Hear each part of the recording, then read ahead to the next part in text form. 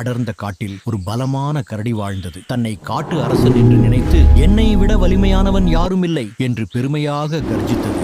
அதே காட்டில் ஒரு சிறிய ஆமை மெதுவாக நடந்தது. அதை பார்த்து எல்லோரும் சிரித்தார்கள். கரடி கிண்டலாக, உன் வேகத்துல சூரியன் மூழ்கிடும் என்றது. ஒரு நாள் கரடி சவால் விட்டது. ஆற்றை யார் முதலில் அடைவார்கள்? ஆமை அமைதியாக, நான் முயற்சி செய்கிறேன் என்றது.